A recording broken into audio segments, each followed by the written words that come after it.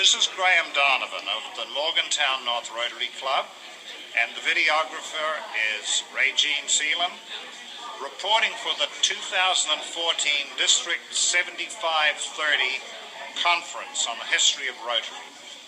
The members of our group making this report are Ken St. Louis, Alan Kapalko, Alan Sharp, and Becky Hunt.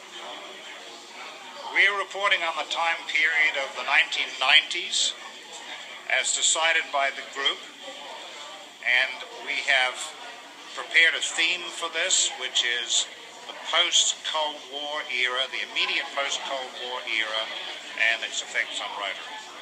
So I'm going to ask the group a number of questions about this, and here we are. The first question is, why, Ken, did your group name the time period as we did? Because it was a period that after the fall of the Berlin Wall, it was possible for Rotary to move more easily into other parts of the world. Thank you. And now we're going to ask Al Sharp and Alan to make a comment on the status of the number of Rotary clubs in the world and the number of Rotarians during this period. During this period, starting in the area of 1990-1991, the number of clubs was 25,160 members. Our clubs was 25,160. The members was 1,121,230, with the number of countries at 172. And as we approach the year 2000, there was growth in membership. The total number of clubs rose to 29,728 clubs. Members were almost 2 million, and the countries represented were 195. Thank you. Alan, why don't you just continue and tell us what was a major club service milestone or project that was representative of this period? What was a major one? In the 90s, it appears that a lot of the focus on projects was environmental based, with over 2,000 clubs carrying out various environmental projects. Okay, thanks. And now, if we look at the international scene, Ken, what was a major Rotary Foundation milestone or project representative of this period? I think clearly it has to be Rotary's major involvement in Polio Plus. Even though it had been started in 1979, it was in the mid-1990s that Rotary formed a major committee and asked clubs to donate. And our club in Morgantown North Rotary in Morgantown, West Virginia, we make walking sticks for Polio Plus. Thank you.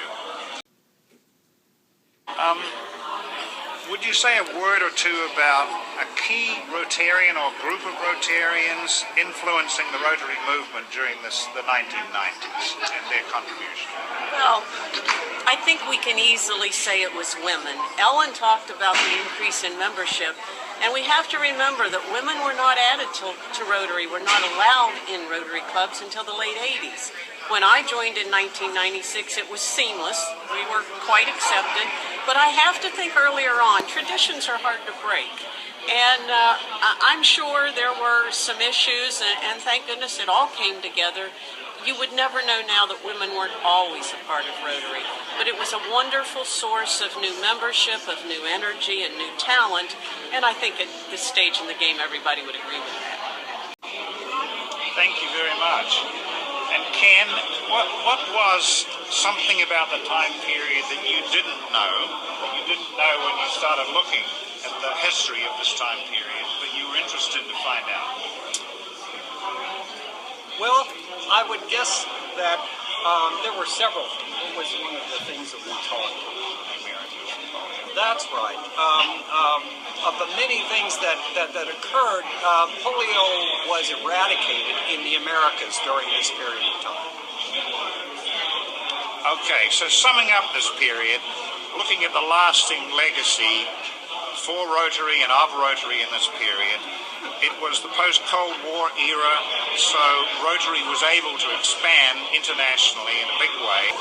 It was able to bring in women for the first time in a big way, and I think think we had the first group of women governors, for example, during this period, and it was a great growth in Polio Plus work. It wasn't the start of Polio Plus, but it was really the burgeoning of Polio Plus with the end of the Cold War. And we had large international growth in members, but unfortunately during this period also we had the beginnings of a decline in the West in Rotary membership. So it was a mix. It was a win and a loss during this period. Thank you.